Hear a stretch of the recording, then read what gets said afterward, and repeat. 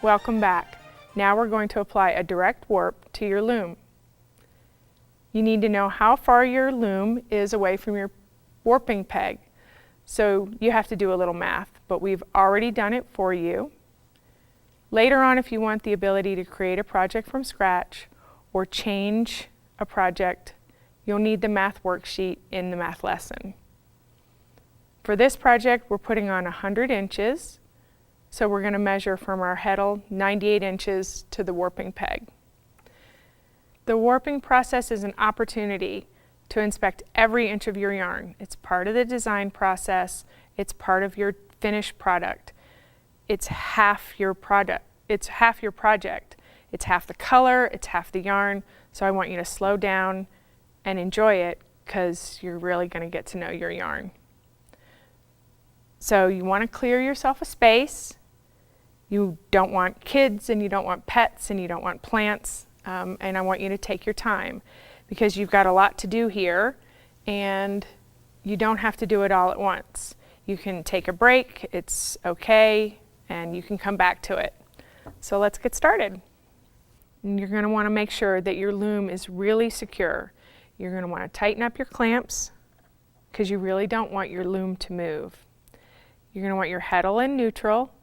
And one thing that I like to do here is I like to use some rubber bands to kind of hold the apron rod out. So the rubber bands are kind of like an extra set of hands. You can just attach them however. You don't have to do it just like this. So I tied some knots in them so they're a little shorter. You just loop them around like this. And that way your apron rod kind of sits out so that you don't have to hold it. So now that you've got this all, take a good look at it and make sure that everything's right. You're going to want to measure from your heddle to your peg. We've already done that, but this is how I do it. And we're going to measure 98 inches because this is about 2 inches. And your heddle is a nice place to hook it onto if it holds.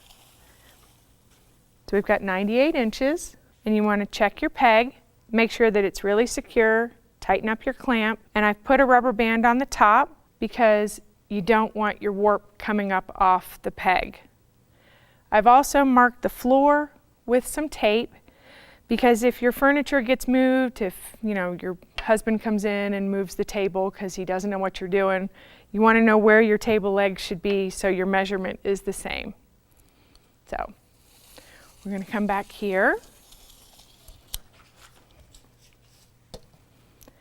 And we've placed our yarn in a bucket because we don't want it to move around. And we're going to be working from the outside of our ball because we don't want to run into any tangles. And we're going to be working with the yarn up this way. So the next thing that we're going to do is we're going to measure our project into our heddle. We're going to be warping 45 slots, which is going to end up being 90 ends. So we need 9 inches in a 10 dent heddle. So that's 90 ends. So what I've done is I've marked the heddle, marked the center of the heddle, and I've measured 9 inches across. And what I want to do as kind of a cheat is I want to put a couple of threads in the first and the last slot. So I'm going to put a piece of yarn in slot number 1 and slot number 45, and I'm going to tie a knot so I don't lose it. And then 45 slots across, and I'm going to put another piece of yarn, and that way I don't have to count again. And I'm going to recommend that you count again just to make sure, but there's 45 slots, and that's 9 inches across your heddle. And you want to center your work in the loom, and you want to make sure that your peg is centered on your loom.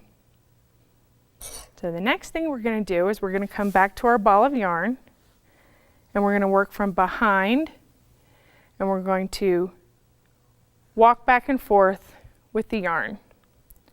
we need to tie it to the back apron rod in a double knot, a double overhand knot, because you don't want it to come off. And you're going to come with your heddle hook. Now there's lots of different ones of these, but a heddle hook needs to fit through the slots and through the holes. So you just want to check that and make sure that you'll be able to work the yarn through. So on your first slot, where you've marked it, you're going to put your heddle hook through the slot. You want to catch your yarn and pull through a loop. And you're going to walk to your peg.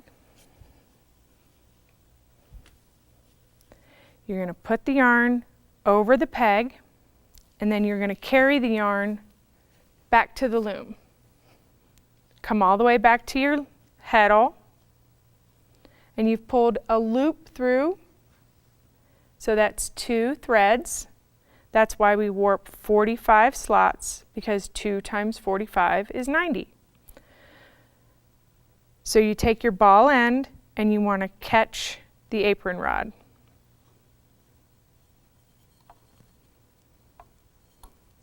And you want to use your heddle hook, and you want to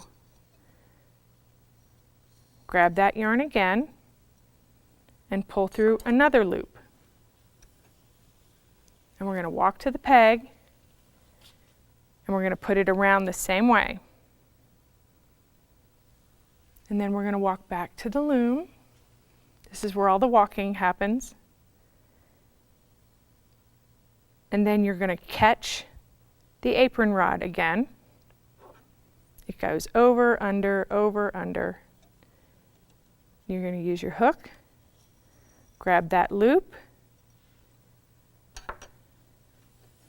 and you're going to put it on your peg.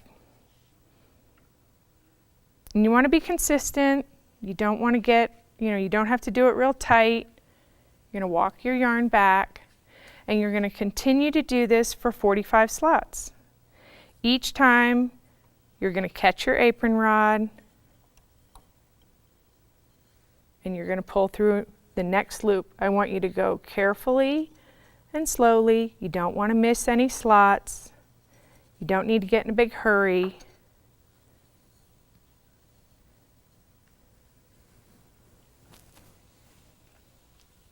Just go slow and consistently. Like I said, this doesn't have to be crazy tight. You just kind of want it to be bouncy.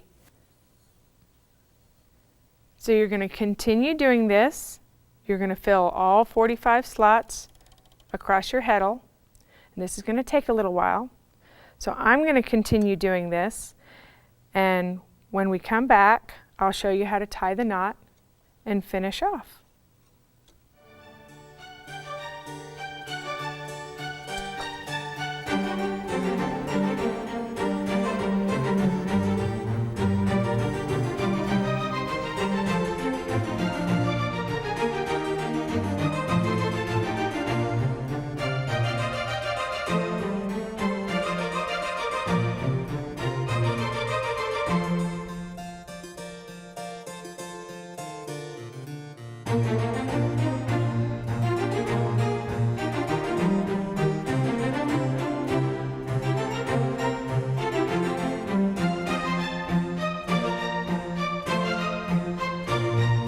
So this is the last one.